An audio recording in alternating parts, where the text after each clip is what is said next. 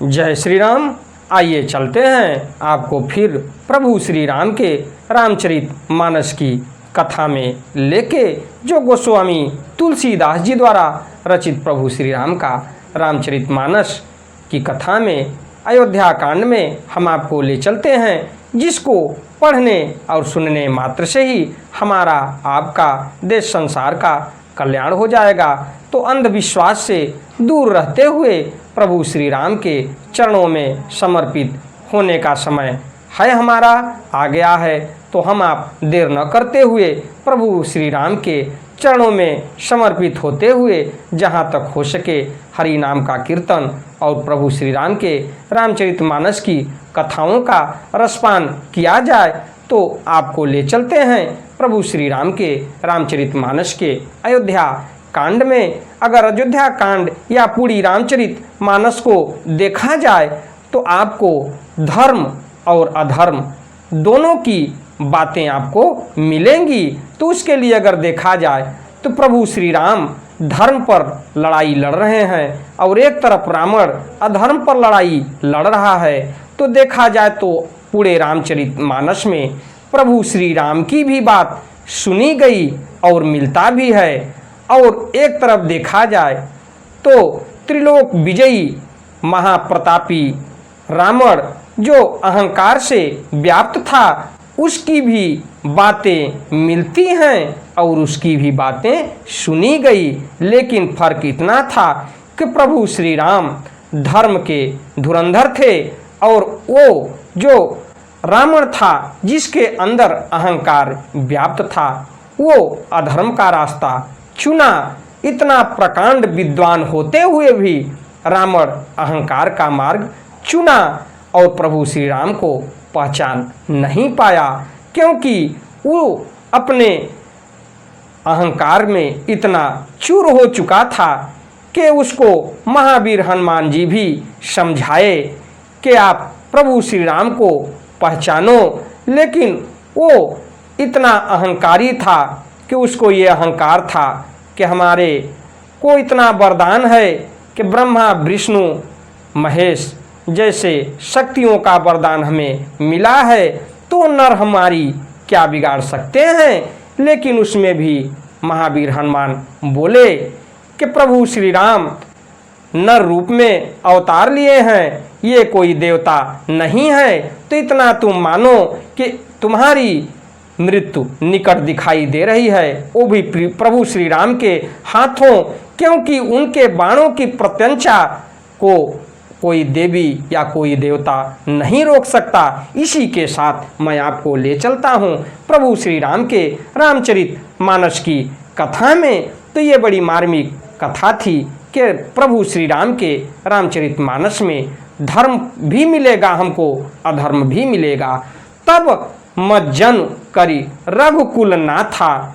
इससे पहले मैं विघ्नों को हरने वाले भगवान गणेश और विद्या की प्रदायिनी माँ सरस्वती के चरणों में शीश नवाते हुए विनम्र निवेदन करूंगा कि हमारे देश संसार में जहाँ भी भोलेनाथ के श्री शिव महापुराण की कथा हो रही हो या प्रभु श्री राम के रामचरितमानस की कथा हो रही हो या श्रीमद् भागवत गीता की कथा हो रही हो, तो उसे संपन्न करें। उसके साथ साथ हमारे ऊपर भी अपनी कृपा बनाए रखें कि मैं अपने मुखार बिंदु से जो भी राम भक्त हैं उनके तक उनकी कथा पहुंचाने का पूर्ण प्रयास करूं। तो आइए चलते हैं हम आपको प्रभु श्री राम के रामचरितमानस की कथा में। ओम श्री जानकी बल्लभो विजयते। तब मज्जन करि रघुकुल नाथा, पूज पार्थिव नायौ माथा। सिंह सुर सरिहि कहौ कर जोरी, मातु मनोरथ पुरौबी मोरी। फिर रघुकुल के स्वामी श्री रामचंद्र जी ने स्नान करके पार्थिव पूजा की और शिव जी को सिर नवाया। सीता जी ने हाथ जोड़कर गंगा जी से कहा, हे माता मेरा मनोरथ पूरा कीजिएगा। पति देवर संग कुशल बहोरी, आई करो जेहि पूजा तोरी। सुनिश्चय विनय प्रेम रस सानी, भई तब विमल बारी बरबानी। जिससे मैं पति और देवर के साथ कुशल पूर्वक लौट आकर तुम्हारी पूजा करूं। सीता जी की प्रेम समय शनि हुई विनती सुनकर तब गंगा जी के निर्मल जल में से श्रेष्ठ वाणी हुई। सुन रघुवीर प्रिया वैदेही तब प्रभाव जग विदित न केही। लोकप होहि बिलोकत तोरे तो ही से वही सब सिद्धि कर जोरे। हे रघुवीर की प्रियतमा जानकी सुनो, तुम्हारा प्रभाव जगत में किसे नहीं मालूम है।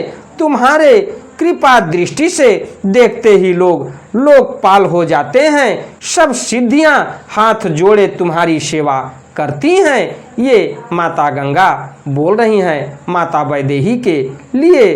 तुम जो हम ही बड़ी विनय सुनाई, कृपा किन्ह मोहि दीन बढ़ाई। तदपि देवी मैं देवी अशीषा, सफल होन हित निज बागीसा। तुमने जो मुझको बड़ी विनती सुनाई, यह तो मुझ पर कृपा की और मुझे बड़ाई दे दी है। तो भी हे देवी, मैं अपनी वाणी सफल होने के लिए तुम्हें आशीर्वाद दूंगी। ये माँ गंगा बोल रही हैं माता वैदेही के लिए। प्राणनाथ देवर सहित कुशल कोसला आई, पूजी है सब मन कामना, सुजसु रही जग छाई। तुम अपने प्राणनाथ और देवर सहित कुशल पूर्वक अयोध्या लौटोगी, तुम्हारी सारी मनोकामना पूरी होगी और तुम्हारा सुंदर यश जगत भर में छा जाएगा। ये माता गंगा माता वैदेही को यानी माता जानकी को वचन दी कि तुम कहीं भी रहोगी। भविष्यवाणी तो नहीं की, लेकिन इतना जरूर बोली कि कहीं भी आप रहोगी, लेकिन अयोध्या नगरी अपने पति और अपने देवर के साथ अवश्य पहुँचोगी। तो देखा जाए तो गंग बचन सुनि मंगल मूला, मुदित सी सुर सरि अनुकूला। तब प्रभु गुहि गहेव घर जाहू, सुनत सुख मुख भा उरदाहू।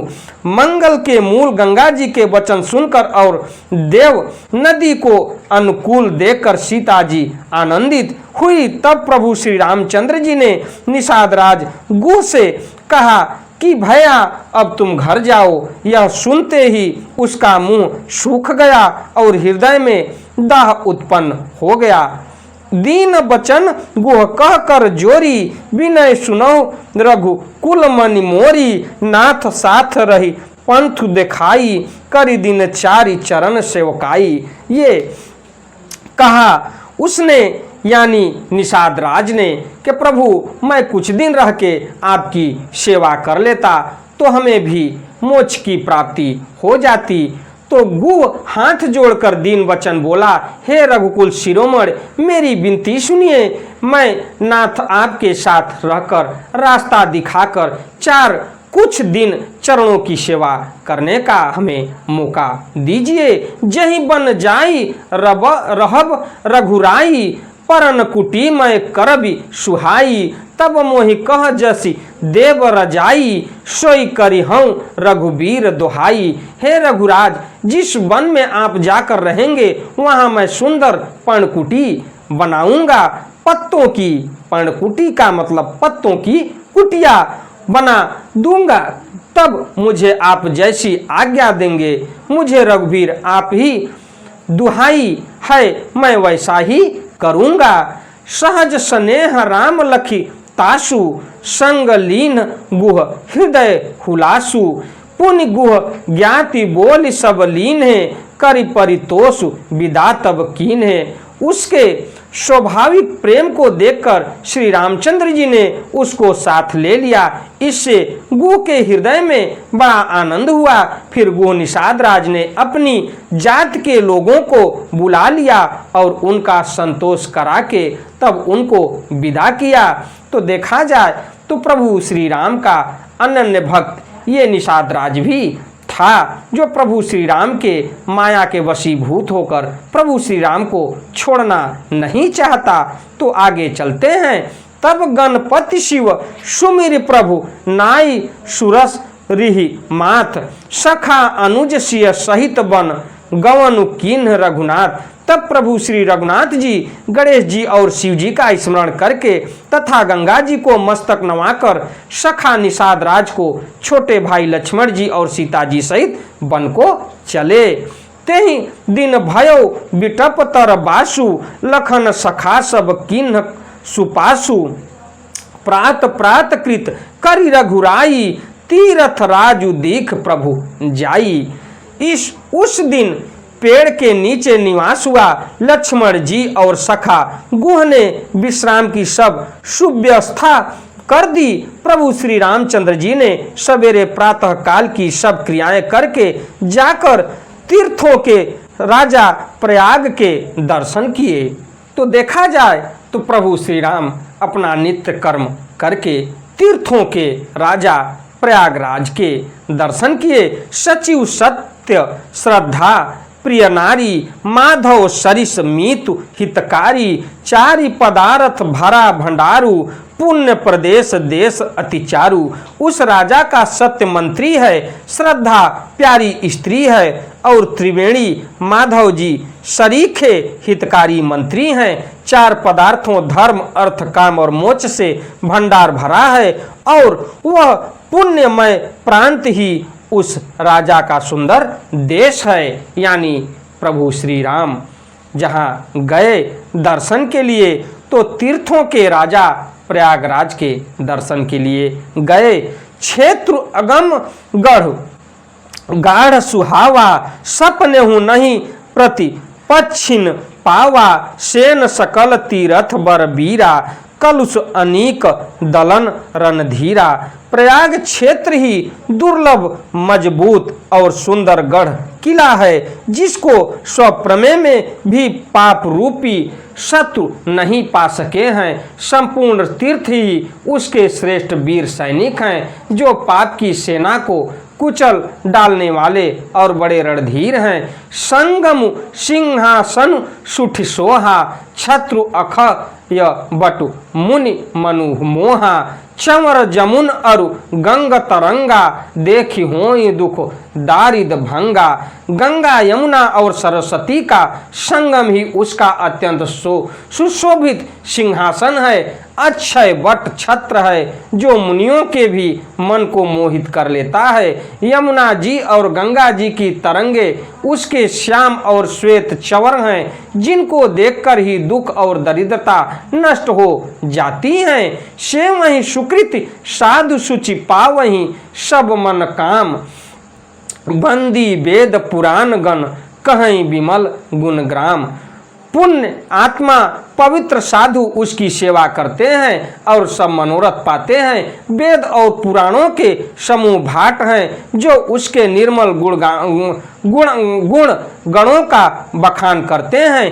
को कही सकई प्रयाग प्रभाऊ कलश पुंज कुंजर मृग राऊ असती रथ पति देख सुहावा सुख सागर रघुबर सुख पावा।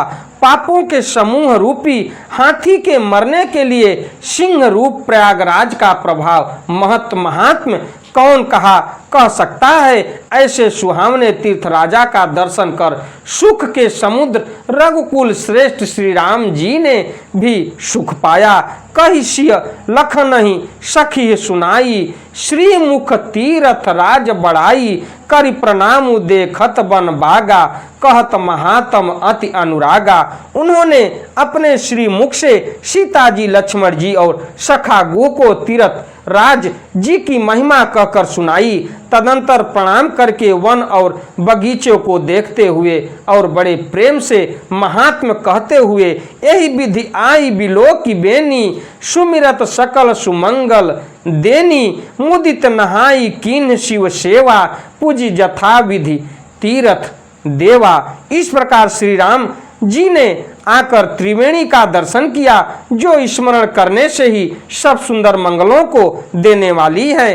फिर आनंद पूर्वक त्रिवेणी में स्नान करके शिव जी की सेवा पूजा की और विधि पूर्वक तीर्थ देवताओं का पूजन किया।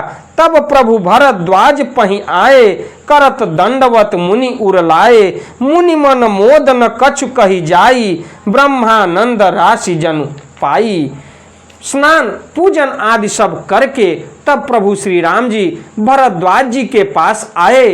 उन्हें दंडवत करते हुए ही मुनि ने हृदय से लगा लिया। मुनि के मन का आनंद कुछ कहा नहीं जाता, मानो उन्हें ब्रह्मानंद की रास मिल गई हो। तो देखा जाए तो प्रभु श्री राम का ये दूसरा है स्थान जहाँ प्रभु श्री राम ने मुनि के आश्रम में पहुँचे, जो कि भरद्वाज थे, और अपने गले से मुनि भरद्वाज प्रभु श्री राम को लगाए। दीन आशीष मुनीस उर अति आनंद अस जानी, लोचन गोचर सुकृत फल मनहु किए विधि आन। मुनीश्वर भरद्वाज जी ने आशीर्वाद दिया। उनके हृदय में ऐसा जानकर अत्यंत आनंद हुआ कि आज विधाता ने श्री सीता जी और लक्ष्मण जी सहित प्रभु श्री रामचंद्र जी के दर्शन कराकर मानो हमारे संपूर्ण पुण्यों के फलों को लाकर आंखों के सामने कर दिया। कुशल प्रश्न करी आसन दीन है, पूज प्रेम परि पूरन कीन है, कंद मूल फल अंकुर नीके, दिए आनि मुनि मनहु अमी के। कुशल पूछकर मुनिराज ने उनको आसन दिए और प्रेम सहित पूजन करके उन्हें संतुष्ट कर दिए। फिर मानो अमृत के ही बने हों ऐसे अच्छे अच्छे कंदमूल फल और अंकुर ला कर दिए। सिय लखन जन सहित सुहाए, अति रुचि राम मूल फल खाए, भय विगत श्रम राम सुखारे, भरद्वाज मृदु वचन उचारे। सीता जी, लक्ष्मण जी और सेवक गुह सहित श्री रामचंद्र जी ने उन सुंदर मूल फलों को बड़ी रुचि के साथ खाया। थकावट दूर होने से श्री रामचंद्र जी सुखी हो गए। तब भरद्वाज जी ने उनसे कोमल वचन कहे, आज सुफल तप तीरथ त्यागु, आज सुफल जप जोग विरागु, सफल सकल शुभ साधन साजू, राम तुम्हें अवलोकत आजू। हे राम, आपका दर्शन करते ही आज मेरा तप, तीर्थ सेवन और त्याग सफल हो गया। आज मेरा जप योग और वैराग्य सफल हो गया और आज मेरे संपूर्ण शुभ साधनों का समुदाय भी सफल हो गया।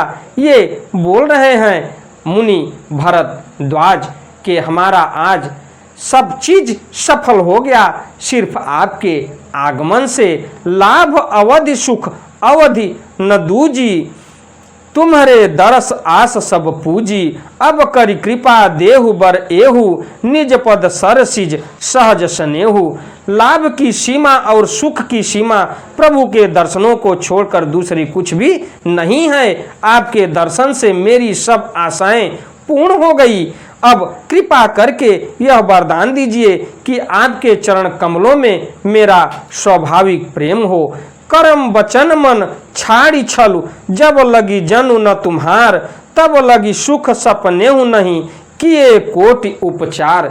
जब तक कर्म वचन और मन में से छल छोड़कर मनुष्य आपका दास नहीं हो जाता, तब तक करोड़ों उपाय करने से भी स्वप्न में भी वह सुखी नहीं होता। ये भरद्वाज कह रहे हैं प्रभु श्री राम से कि जब तक उसका सच्चे मन से और सच्चे ध्यान से आपके प्रतिनिष्ठा नहीं होगी, तब तक आप उसको नहीं मिल पाएंगे। सुनि मुनि वचन राम सकुचाने, भाव भगति आनंद अघाने, तब रघुबर मुनि सुजसु सुहावा, कोटि भांति कही सब ही सुनावा। मुनि के वचन सुनकर उनकी भाव भक्ति के कारण आनंद से तृप्त हुए भगवान श्री रामचंद्र जी लीला की दृष्टि से सकुचा गए। तब अपने ऐश्वर्य को छिपाते हुए श्री रामचंद्र जी ने भरद्वाज मुनि का सुंदर सुयश करोड़ों अनेकों प्रकार से कहकर सबको सुनाया। सो बड़ सो सब गुण गण गेहू, जहि मुनीश तुम आदर देहु। मुनि रघुबीर परस्पर नवहि, वचन अगोचर सुख अनुभव ही। उन्होंने कहा, हे मुनीश्वर, जिसको आप आदर दे वही बड़ा है और वही सब गुण समूहों का घर है। इस प्रकार श्री राम जी और मुनि भरद्वाज जी दोनों परस्पर विनम्र हो रहे हैं और अनिवार्चनीय सुख का अनुभव कर रहे हैं। यह सुधि पाई प्रयाग निवासी, बटु तापस मुनि सिद्ध उदासी, भरद्वाज आश्रम सब आए, देखन दशरथ सुवन सुहाए। यह श्री राम, लक्ष्मण और सीता जी के अनेकों खबर पाकर प्रयागराज निवासी, राजनिवासी, ब्रह्मचारी, तपस्वी, मुनि, सिद्ध और उदासी सब श्री दशरथ जी के सुंदर पुत्रों को देखने के लिए भरद्वाज जी के आश्रम पर आए। राम प्रणाम कीन सब काहू, मुदित भये लही लोयन लाहू, देहि आशीष परम सुख पाई, फिरे सराहत सुंदर ताई। श्री रामचंद्र जी ने सब किसी को प्रणाम किया, नेत्रों का लाभ पाकर सब आनंदित हो गए और परम सुख पाकर आशीर्वाद देने लगे। श्री रामचंद्र जी के सौंदर्य की सराहना करते हुए वे लौटे। राम कीन विश्राम निशि, प्रात प्रयाग नहाय, चले सहित सिय लखन जन, मुदित मुनि शिरु नाय। श्री राम जी ने रात को वहीं विश्राम किया और प्रातः काल प्रयागराज का स्नान करके और प्रसन्नता के साथ मुनि को सिर नवाकर श्री सीता जी, लक्ष्मण जी और सेवक गो के साथ वे चले। राम सप्रेम कहे मुनि पाही, नाथ कही हम के मग जाही, मुनि मन बिहसी राम सन कहीं, सुगम सकल मग तुम कहूँ अहहीं। चलते समय बड़े प्रेम से श्री रामचंद्र जी ने मुनि से कहा, हे नाथ बताइए हम किस मार्ग से जाएं। मुनि मन में हंसकर श्री राम जी से कहते हैं कि आपके लिए सभी मार्ग सुगम हैं। तो देखिए प्रभु श्री राम की कृपा कि नर रूप में होने के बाद महर्षि भरद्वाज से पूछ रहे हैं कि हे मुनीश्वर, मैं किस मार्ग से आगे का रास्ता ढूंढूं। लेकिन महर्षि क्या बोले कि प्रभु मार्ग तो दिखाने वाले आप हैं, हम मार्ग के बारे में क्या बताऊं, जहां आप चलेंगे वही मार्ग है। इसी के साथ मैं अपनी वाणी को विराम देते हुए अगली कथा में मैं आपसे फिर मिलता हूं। अगर हमारी वीडियो आपको अच्छी लगे तो वीडियो को लाइक करिए, शेयर करिए, चैनल को सब्सक्राइब करिए। इसी तरीके का धार्मिक वीडियो मैं आपके सामने लेके मिलता रहूँगा, जिससे आपको अच्छी जानकारी प्राप्त हो और अपने सनातन धर्म को बचाते रहिए। अगर हमारी वीडियो अच्छी लगे तो वीडियो को लाइक करते रहिए, शेयर करते रहिए, चैनल को सब्सक्राइब करते रहिए, बेल आइकन दबाना न भूलिए, जिससे हमारी कोई भी धार्मिक वीडियो आप तक शीघ्र पहुँचे, आप उसका लाभ उठाएं। अगर जाने अनजाने में हमसे कोई भूल चूक हुई हो तो प्रभु श्री राम के श्री चरणों में शीश नवाते हुए विनम्र निवेदन करूंगा कि हमारी गलतियों को क्षमा करते हुए जो भी इस कथा को सुन रहे हैं उनके ऊपर अपनी कृपा बनाए रखें। अगली कथा को लेके मैं आपसे फिर मिलता हूं।